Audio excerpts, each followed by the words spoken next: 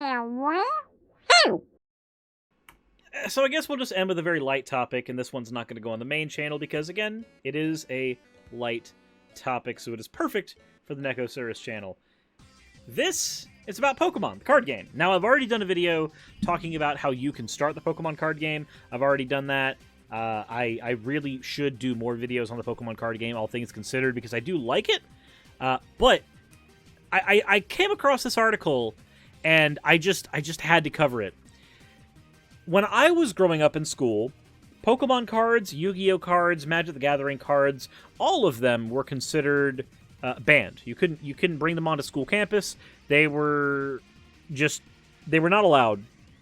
But there is a school that is actually encouraging their children to bring Pokemon cards to school. And the way they're doing it is honestly fucking great. So let's go ahead and take a look at that here. The school has its students sign what is called a Pokemon agreement. Let's go ahead and take a read here. A parent posted in the r/Pokemon channel on Reddit that a school had their child and other children in their class sign an agreement that allowed them to play with Pokemon cards at school. The school not only allows the kids to have the cards, but also has rules for the kids to follow to promote them to play and trade fairly with one another. And oh my dear God, I wish I went to this school growing up, because that sounds like a really wonderful environment. I'm not even going to lie. One of my favorite experiences was actually having my teacher, Mr. Novotny, who's actually been on this channel, all things considered, allow me and my friends to play Magic the Gathering when we were done with exams. Like, seriously. That experience stuck with me enough to where I actually invited that teacher onto my channel to talk about history, of all things. Jesus. But let's continue on. The Pokemon agreement includes rules like only playing with Pokemon cards during recess, which is most likely to keep them focused on class. That's pretty standard. There was also another class rule, no stealing Pokemon cards. It's number 1. It's getting the big no-no out of the way first. The agreement continues into specific details. Only trade GXs for GXs, EXs for EXs, unless the other person is fine with trading whatever. A rule like this shows the school administrator or teacher who wrote it is at least knowledgeable in the Pokemon trading card game, maybe having played it themselves. So let's actually look at the rules real quick. The Pokemon agreement. You can only have Pokemon cards out during recess time. No stealing. Only trade GXs for GXs or EXs for EXs. Now, this is an okay way of determining trades, but here's the thing. Not all EXs or GXs are created equal. And, I mean, now they're not even used in the card game. We have Vs and VMAXs and V-Unities and weird shit like that. But the point is, during this time, or at least for here, the idea that GXs, which are souped-up versions of regular Pokemon, but they have to be evolved like anything else, EXs, which are the same types of souped-up versions, but they don't actually have the evolve clause. GXs get a GX attack, though, so that's what makes them different. It's the same as the Z attacks from the regular games.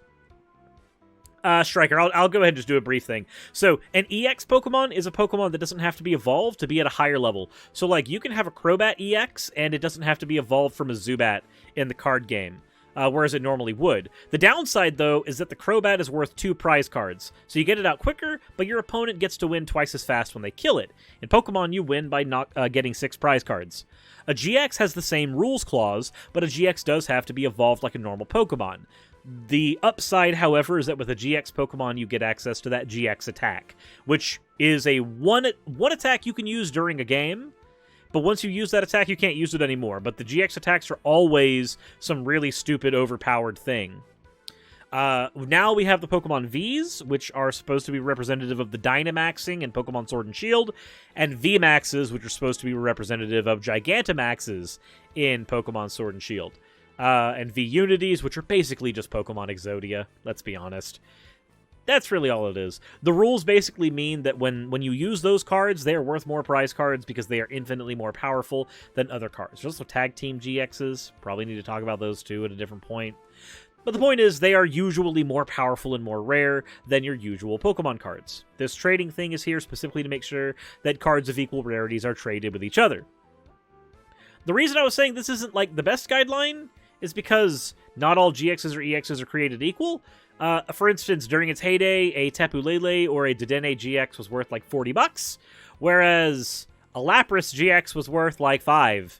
So, you mean, you know, they're not created equal, but this is at least a better guideline than letting people just trade whatever cards they want willy-nilly. Says in here, of course, make fair trades. Do not follow the GX or EX rules unless you want to. So if the kids want their cards to be worth multiple prize cards when you fight them, then they can. But if you don't, then you don't. If you lose your Pokemon cards, don't make a fuss, but you can look at them during recess. If you break one of these rules, don't blame it on someone else. So yeah, if you lose your Pokemon cards, yeah. But yeah, no, that's just... These are, at the very least, they're good guidelines. They're good guidelines. I'm okay with this. This just talks about the different agreements thing. An agreement like this, with all this untidy handwriting on the black spaces of the page, is heartwarming. The comments under the post are filled with people reminiscing on days when they would get in trouble with these cards at school, back when Pokemon cards first became so popular. They were seen as a contentious item for kids to have in the eyes of teachers. They were seen that way for school administration and parents. The world's come a long way in terms of how Pokemon cards are viewed in society, to the point where they've now become highly sought-after collectibles that can go for thousands of dollars. So, the framing of this is kind of weird. Pokemon cards were always highly sought-after collectibles that went for lots of money. Like, this has always been the case. But Logan Paul has happened now, and so the prices of sealed Pokemon product has gone up significantly, so there is that as well. But I guess this just kind of brings us to, what does all this mean? My hope is that more schools would adopt stuff like this. At the end of the day, playing with Pokemon cards, playing with Yu-Gi-Oh cards, playing with Magic the Gathering cards, these are wonderful teaching tools.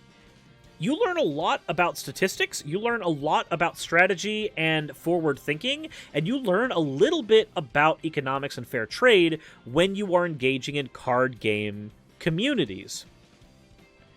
Not to mention, when I was growing up, card game communities was how I literally learned how to socialize with people.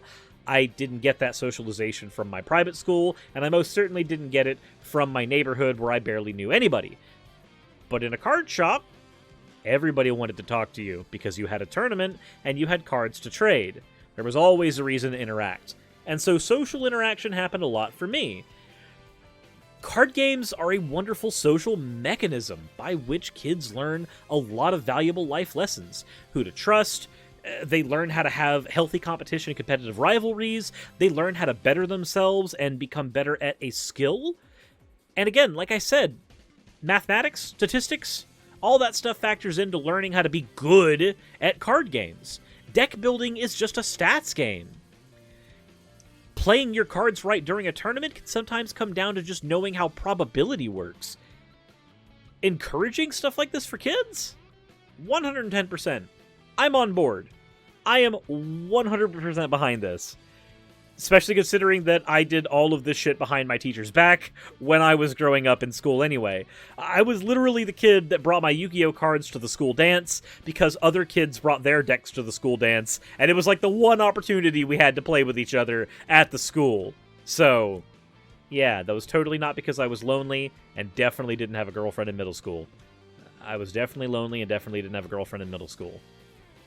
But I still brought my cards to high school dances when I did have girlfriends. Because they played the card games too, motherfuckers. Anyway, point is, card games in school, good idea. Lots of good life lessons that can be taught, and honestly, this is just wholesome as shit to see. With all that said, guys, if you haven't subscribed already, do that. That's the thing you should do.